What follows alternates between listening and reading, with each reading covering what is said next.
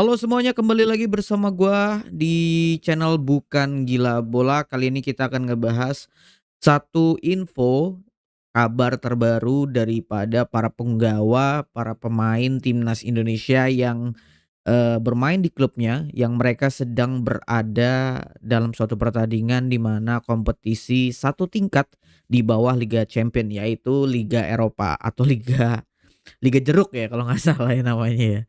Jadi di sini gua akan ngebahas 3 pemain dengan 3 pertandingan yang malam ini ya, pagi dini hari tadi mereka bermain, yaitu ada Calvin Verdong, ada Dean James, dan juga ada Emiliano Jonathans. Kali ini gue bakal ngebahas Calvin Verdong dulu. Calvin Verdong bermain 90 menit.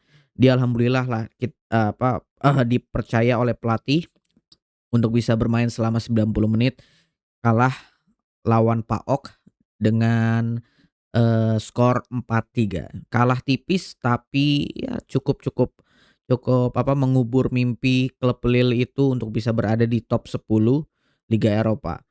Calvin Verdong bermain cukup solid di lini kiri, cuman memang kalau misalnya kalian nonton pertandingannya, seringkali beberapa kali bahkan daripada gol-gol yang tercipta sebanyak 4 kali itu sering terjadinya berawal dari posisi kanan, bek kanan dari Lille.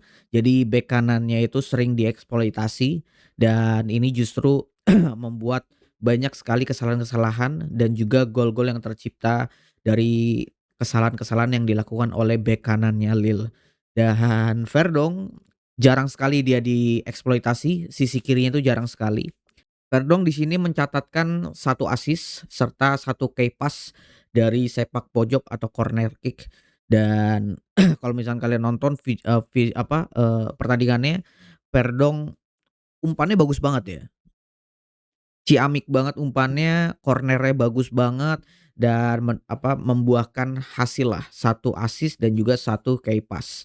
Pardong cukup berkontribusi besar terhadap timnya pada match kali ini, tetapi memang yang tadi gue bilang, kontribusi besarnya itu karena dia menyumbangkan assist dan juga key pass.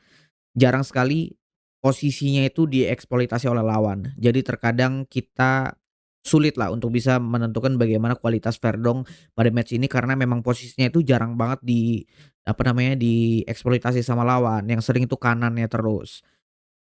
Kita lanjut ke Dan James. Dan James bermain selama 90 menit. Dia masih dipercaya dan sangat-sangat dipercaya oleh pelatihnya. Melawan Aston Villa, perwakilan klub Liga Inggris. Penampilan timnya yang kurang maksimal, tapi juga, bisa menang. Sekalipun penampilan timnya kurang maksimal, sekalipun penampilan Dan James-nya juga kurang maksimal, tapi Dewi Fortuna memihak kepada Go Ahead Eagles untuk bisa menang dan mendapatkan 3 poin sehingga menempatkan klub ini bertengker di bawah, satu tingkat di bawah, Lille, yaitu berada di posisi 12. Satu gol cepat Aston Villa itu lewat di posisi Dan James, yang tadi gue bilang, Dan James di pertandingan ini memang kurang kurang bagus permainannya, kurang maksimal, tidak seperti permainannya ketika melawan Panathinaikos yang kata dia memperoleh assist 2 ya, memberikan 2 assist. Cuman di minggu ini ketika melawan Aston Villa, permainannya itu ya kurang-kurang bagus lah, menurut gue kurang bagus dari segi permainannya. Karena ada satu gol yang dilakukan oleh Aston Villa itu, berada di posisi di mana Dan James berada, dan dalam hal ini Dan James menurut gue kurang cermat lah dalam menentukan dan juga memutuskan untuk bisa menghalau bola ke arah mana, sehingga terjadinya dan juga terciptanya satu gol cepat yang dilakukan oleh Aston Villa. Tapi di satu sisi Kapten Matt Giles, ya tahu kan lu semua yang kalau nggak salah ini yang gue pas nonton ini, gue tuh baru ngeh kalau misalnya ini tuh salah satu pemain yang diisukan pada saat, naturalisasi Malaysia ya kalau nggak salah. Ya kaptennya yaitu Matt Giles itu memastikan keamanan untuk kemenangan Go Ahead Eagles dengan skor akhir 2-1. Jadi perwakilan Inggris atau Aston Villa ini harus kalah. Dan memposisikan, klub ini itu berada di klasemen, nomor urut 12 di bawah Lille tadi ya. Dan untuk nomor urut 12 ini masih posisi kategori aman lah ya, karena masih bisa lanjut ke putaran berikutnya. Kita ke Emiliano Jonathans. Emiliano Jonathans salah satu pemain yang bagus banget menurut kita, tapi memang kebagusan yang kita lihat dari mata kita tuh belum bisa dilihat dari pelatihnya. Pelatih FC Utrecht masih belum percaya dengan kemampuan, Emiliano Jonathans. Sehingga dalam pertandingan ini Emiliano Jonathans bersama FC Utrecht, dia tidak diturunkan. Dia masuk sebagai DSP, masuk ke dalam daftar, pemain pengganti, tapi tidak diturunkan sama sekali dalam pertandingan kali ini, yaitu FC Utrecht kalah melawan, Freiburg, yaitu perwakilan daripada Jerman. Emiliano masih belum bisa dipercaya, masih belum bisa bersinar menemukan kemampuan terbaiknya di Eropa, tapi tentu harapan kita bahwa FC Utrecht terus bisa memberikan kemampuan terbaiknya dan juga bisa mempercayakan seorang Emiliano Jonathans untuk bisa, masuk ke dalam DSP dan juga kembali masuk ke dalam DSP dan bermain untuk bisa melawan, klub-klub yang ada di Liga Eropa maupun di, Eredivisie bersama FC Utrecht. FC Utrecht perwakilan klub Belanda yang belum sama sekali mencatatkan kemenangan satu pun, jadi selama 3 pertandingan dia kalah selama 3 pertandingan, jadi 0 poin dan menempatkan FC Utrecht itu berada di dasar klasemen nomor 2 paling dasar.